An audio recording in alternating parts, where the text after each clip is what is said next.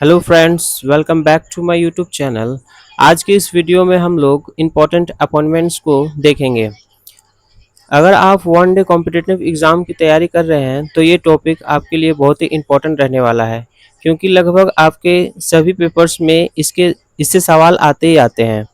तो चलिए समय को बिना ख़राब किए वीडियो को शुरू करते हैं। पहला अपॉइंटमेंट है आपका प्रवीर रंजन। प्रवीर रंजन केंद्रीय औद्योगिक सुरक्षा बल यानी कि CISF के वर्तमान महानिदेशक DG हैं। इसकी स्थापना की बात करें अगर तो 10 मार्च 1969 इस टाइम इसकी स्थापना होती है। इसके हेडक्वार्टर की बात करें तो न्यू दिल्ली में है और इसका आदर्श वाक्य जो है वो संरक्षण एवं सुरक्षा है। इसको हम लोग ट्रिक्स के साथ कैसे याद रख सकते हैं, तो CISF के जवान बहुत वीर होते हैं। वीर क्यों होते हैं? क्योंकि इनके जवान गवर्नमेंट प्लस प्राइवेट दोनों सेक्टर में अपनी सेवाएं देते हैं, इसलिए CISF के DG प्रवीर है। इसमें भी प्रवीर प्रवीर में वीर छुपा हुआ है। इस प्रकार हम लोग इसको रिलेट करके याद रख सकते हैं। नेक्स्ट है आपका शत्रुजीत सिंह। शत्रुजीत सिंह कपूर भारत तिब्बत सीमा पुलिस यानी कि ITBP के वर्तमान महानिदेशक DG हैं। ITBP इसकी स्थापना की बात करें तो 24 अक्टूबर 1962 भारत चीन युद्ध के बाद इसकी स्थापना होती है। इसके हेडक्वार्टर न्यू दिल्ली में है। इसको हम लोग ट्रिक्स के साथ कैसे याद रख सकते हैं, तो हमारा एकमात्र शत्रु चीन है। हमारी बॉर्डर के साथ साझा करता है चीन की सीमा, और इसकी रक्षा कौन करता है? ITBP police. चीन हमारा एकमात्र शत्रु है और इसके DG भी शत्रुजीत है। हमें शत्रु पर जीत पाने के लिए शत्रुजीत को अपॉइंटमेंट किया है। इसका सुरक्षा ITBP करती है। इस प्रकार हम लोग इसको रिलेट करके याद रख सकते हैं कि हमारा शत्रु एकमात्र चीन है, उसकी सीमा पर रक्षा कौन करता है? ITBP। तो ITBP का DG कौन हुआ? शत्रुजीत सिंह। अगला आता है आपका Parag Jain. Parag Jain research and analysis wing यानी कि रॉ के वर्तमान कार्यकारी प्रमुख महानिदेशक या सचिव बने हैं। रॉ की अगर बात करें हम लोग तो इसकी स्थापना 21 सितंबर 1968 1968 को हुई थी। इसके मुख्यालय न्यू दिल्ली में है। इसके प्रथम प्रमुख जो है RN काओ थे। इसको हम लोग ट्रिक्स के कैसे याद रख सकते हैं, तो रॉ के जो एजेंट होते हैं वो पैरा SF से सेलेक्ट किए जाते हैं, पैरामिलिट्री फोर्सेस से सेलेक्ट किए जाते हैं। तो इसमें आप पैरा को रिलेट कर सकते हैं पराग से, पराग पैरा, पराग पैरा। इस प्रकार आप रॉ के एजेंट को याद रख सकते हैं पराग जैन, जो कि पैरा SF से सेलेक्ट किए जाते हैं। नेक्स्ट है आपका ज्ञानेंद्र प्रताप सिंह। केंद्रीय रिजर्व पुलिस फोर्स यानी कि CRPF के वर्तमान महानिदेशक DG बने हैं। CRPF की अगर स्थापना की बात करें तो 27 जुलाई 1939 में हुई थी। इसका मुख्यालय न्यू दिल्ली में है। CRPF क्या काम करती है, तो CRPF भारत का सबसे बड़ा और मुख्य आंतरिक सुरक्षा बल है। जब भी देश के अंदर कोई बड़ा दंगा होता है, चुनाव या नक्सली हमला होता है, तो सरकार तुरंत CRPF की मदद लेती है, CRPF को बुलाती है। इसको हम लोग ट्रिक से कैसे याद रख सकते हैं, तो CRPF दंगा के टाइम लॉ एंड ऑर्डर को संभालती है। वो लॉ एंड ऑर्डर को कैसे संभाल पाएगी? जब उसके पास लॉ और ऑर्डर के बारे में ज्ञान होगा। तो लॉ एंड ऑर्डर को कैसे संभालेगी? जब उसके पास ज्ञान होगा। इसको हम लोग ऐसे रिलेट कर सकते हैं, लॉ एंड ऑर्डर संभालने के लिए ज्ञान की आवश्यकता होगी, और इसके DG का भी नाम ज्ञानेंद्र प्रताप सिंह है। तो CRPF के DG का नाम ज्ञानेंद्र प्रताप सिंह। अगला है आपका संजय सिंघल। तो संजय सिंघल सशस्त्र सीमा बल यानी कि SSB के वर्तमान महानिदेशक DG बने हैं।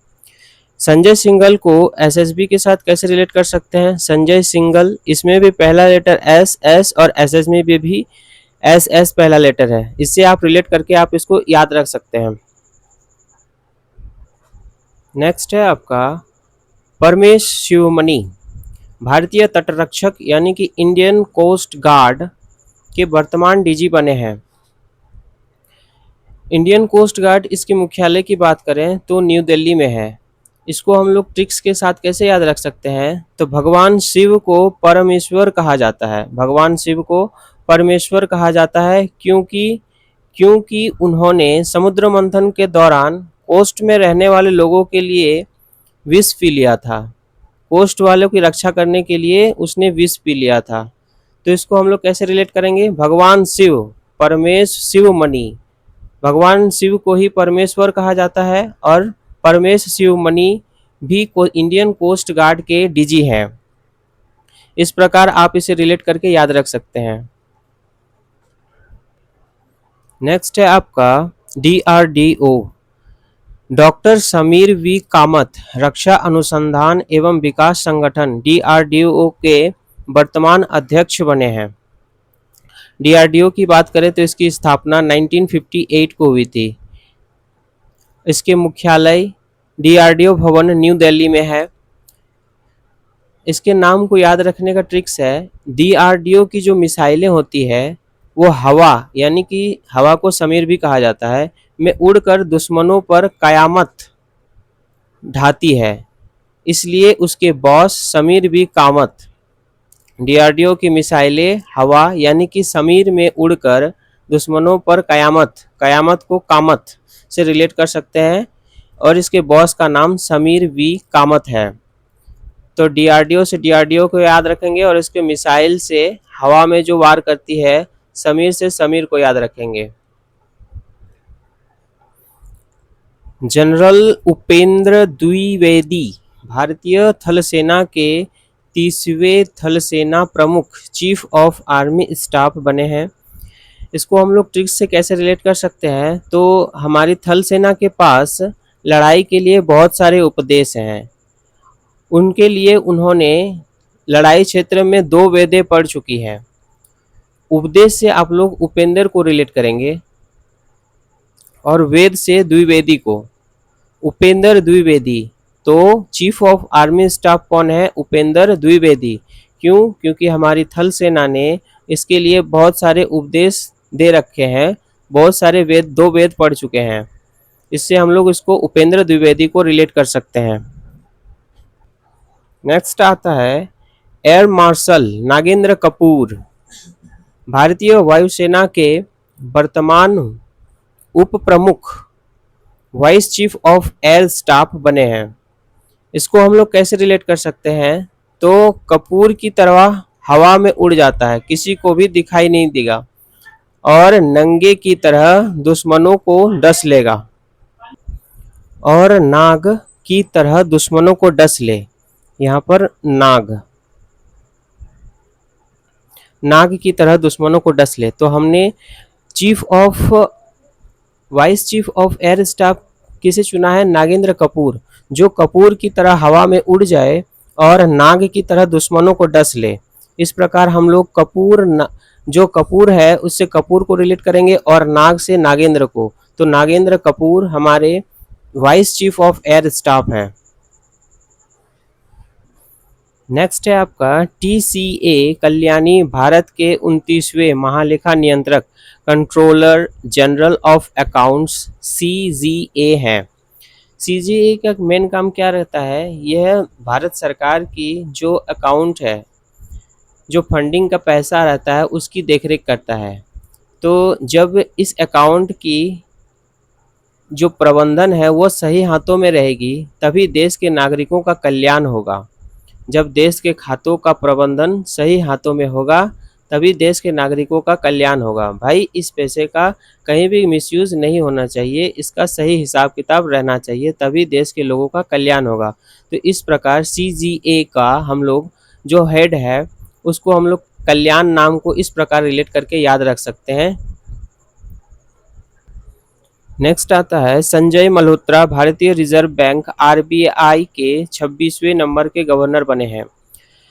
इसकी स्थापना की बात करें अगर RBI की, तो 1 अप्रैल 1935 कलकत्ता में, 1937 में फिर मुंबई में इसको ट्रांसफ़र हुआ। इसकी राष्ट्रीयकरण की बात करें तो 1 जनवरी 1949 को हुआ था। इसके प्रथम गवर्नर स्मिथ थे और प्रथम भारतीय गवर्नर CT देशमुख हैं। अभी हेडक्वार्टर की इसकी बात करें तो मुंबई में है। इसको हम लोग ट्रिक्स के कैसे रिलेट कर सकते हैं? तो अगर आपके पास माल है यानी कि पैसा है तो उसे रिजर्व करो। क्यों? तो जय होने के लिए। अगर आपके पास पैसा है तभी आप जय हो पाओगे, तभी आप जीत पाओगे।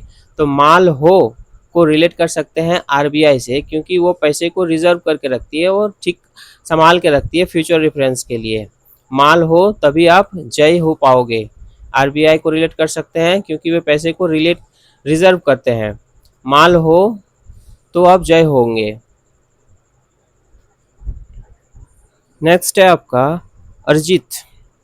अरिजीत पटेल अंतर्राष्ट्रीय मुद्रा कोष यानी कि आईएमएफ के कार्यकारी निर्देशक एग्जीक्यूटिव डायरेक्टर बने हैं। आईएमएफ की स्थापना की बात करें तो 27 दिसंबर 1945 को हुआ था। इसकी मुख्यालय वाशिंगटन डीसी अमेरिका में है।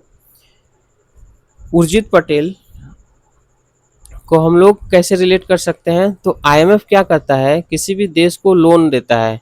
क्यों? ताकि उसकी अर्थव्यवस्था वापस पटरी पर आ जाए। पटरी पर आ जाए, आईएमएफ लोन देती है ताकि किसी देश की अर्थव्यवस्था पटरी पर आ जाए।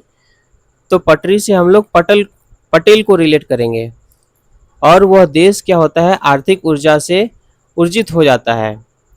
तो इस प्रकार आईएमएफ के जो एग्जीक्यूटिव डायरेक्टर है वह अरिजीत पटेल है।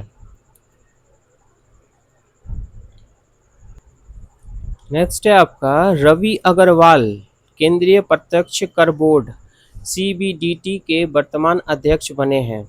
Central board of direct tax. इसको हम लोग कैसे ट्रिक से रिलेट कर सकते हैं? तो आज की जो सरकार है वो आगे वाले माल को डायरेक्ट टैक्स में ले लेती है। आपने जो कमाया है आगे के लिए, अपने फ्यूचर रेफरेंस के लिए, भाई आज की सरकार क्या करती है, उसको पहले टैक्स से मतलब है। आप आगे वाले माल को, जो पैसा आपने कमाया है, पहले आप टैक्स दो, फिर आप बाद में दूसरा काम करना। तो आगे वाले से हम लोग अग्रवाल को रिलेट करेंगे। अग्रवाल आगे वाले माल को डायरेक्ट टैक्स में ले लेती है। तो डायरेक्ट टैक्स के जो हेड हैं वो कौन है?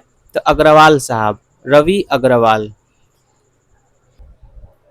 अगला है Akhil Kumar. Digital India corporation DIC के वर्तमान प्रबंध निर्देशक यानी कि एमडी और सीईओ बने हैं। इसको कैसे याद रख सकते हैं? तो भारत सरकार पूरे इंडिया को डिजिटल बनाना चाहती है। भारत सरकार क्या चाहती है? पूरे इंडिया को डिजिटल बनाना चाहती है। तो पूरे का मतलब होता क्या है? अखिल। अखिल भारत नाम आपने जानता होगा, ये कहीं सुना होगा, अखिल भारत पेन ऐसे करके सुना है। तो पूरे का मतलब क्या होता है? अखिल।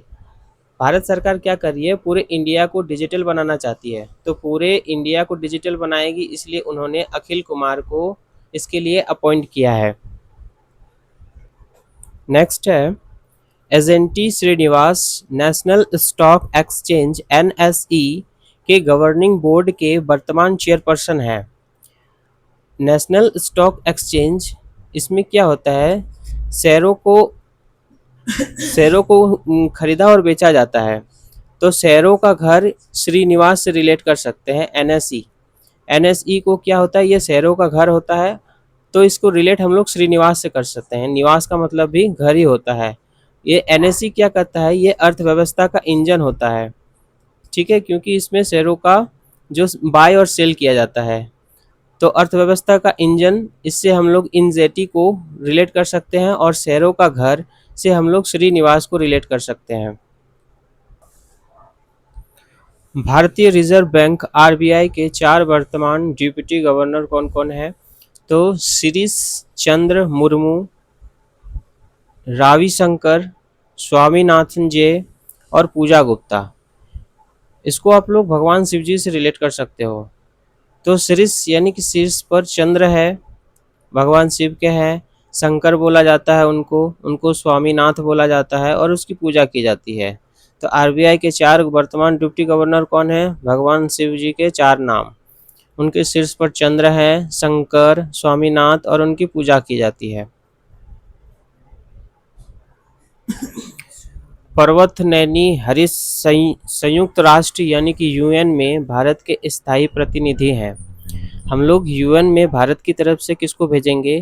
भाई जो हमारे दुश्मन देश है उनको पर्वत की तरह सीना तान कर जो जवाब दे सके। तो इन यूएन में हम लोग किसको भेजेंगे? जो अपने दुश्मन जो देश हैं उनको पर्वत की तरह सीना तान कर जवाब दे सके। तो पर्वत नैनी को रिलेट कर सकते हैं। यूएन को हम लोग स्थायी भारत की तरफ से स्थायी प्रतिनिधित्व चुन के भेजे हैं। नेक्स्ट है आपका Ashok Singh. Ashok Singh Thakur Indian national trust for art and cultural heritage intact के वर्तमान चेयरमैन बने हैं। इनटैक भारत की एक प्रमुख गैर सरकारी संस्था एनजीओ है जो देश की कला संस्कृति और ऐतिहासिक धरोहरों के संरक्षण यानी कि हेरिटेज कंजर्वेशन के लिए काम करती है। इसको हम लोग अशोक नाम से कैसे रिलेट कर सकते हैं? तो जब अशोक का शासनकाल चल रहा था तब क्या हुआ था, उसी के टाइम बहुत सारे रॉक स्क्रिप्ट, बहुत सारे जो स्टैचू पिलर्स, ये सारी चीज़ें अभी भी हम लोग हेरिटेज साइट में ऐड किए हुए हैं। तो इनटेक के वर्तमान चेयरपर्सन को हम लोग अशोक सिंह के साथ, सम्राट अशोक के साथ रिलेट कर सकते हैं। Anurag Garg narcotic control bureau NCB के वर्तमान महानिदेशक यानी कि डीजी बने हैं।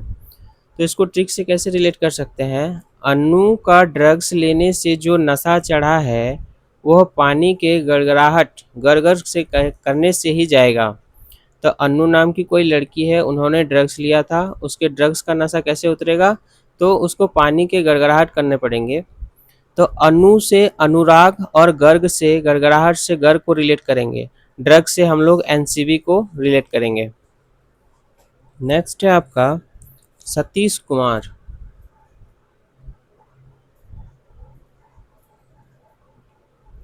नेक्स्ट है सतीश कुमार।